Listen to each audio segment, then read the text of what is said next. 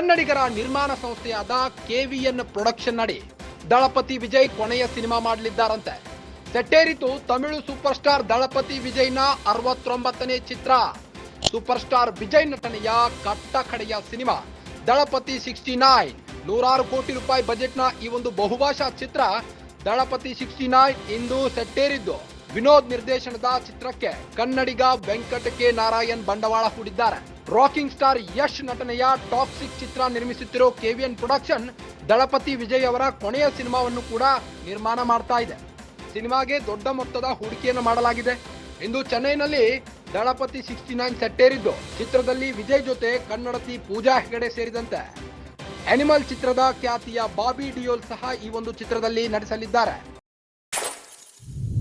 ಕನ್ನಡತಿ ಪ್ರಿಯಾಮಣಿ, ಗೌತಮ್ ವಾಸುದೇವ್ ಮೆನನ್ ಸೇರಿದಂತೆ ದೊಡ್ಡ ತಾರಾ ಬಳಗವೇ ಈ ಒಂದು ಚಿತ್ರದಲ್ಲಿ ನಟಿಸಲಿದೆ. ಕೊನೆಯ ಸಿನಿಮಾ ಬಳಿಕ ಸಂಪೂರ್ಣವಾಗಿ ರಾಜಕೀಯಕ್ಕಷ್ಟೇ ವಿಜಯ್ ಅವರು ಮೀಸಲಾಗಿರ್ತಾರಂತೆ.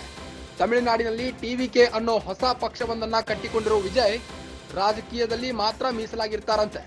ಮುಂದಿನ ತಮಿಳುನಾಡು ವಿಧಾನಸಭಾ ಚುನಾವಣೆಯಲ್ಲಿ ಟಿವಿಕೆ ಫುಲ್ ಆಕ್ಟಿವ್ ಆಗಿದ್ದಾರೆ. ಮೊದಲ ಬಾರಿ ದಳಪತಿ ವಿಜಯ್ ಅವರ ಕೊನೆಯ ಸಿನಿಮಾಕ್ಕೆ ನಿರ್ಮಾಣ ಮಾಡಲಿದ್ದಾರಂತೆ ಕೆ ನಾರಾಯಣ್.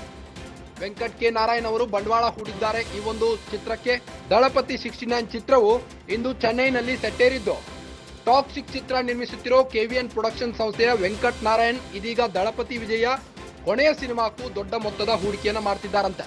ಚಿತ್ರದಲ್ಲಿ ವಿಜಯ್ ಜೊತೆ ಕನ್ನಡತಿ ಪೂಜಾ ಹೆಗಡೆ ಸೇರಿದಂತೆ ಅನಿಮಲ್ ಚಿತ್ರದ ವಿಲನ್ ಆದಂತಹ ಬಾಬಿ ಡಿಯೋಲ್ ಅವರು ಸಹ ಇದರಲ್ಲಿ ನಟಿಸಲಿದ್ದಾರೆ.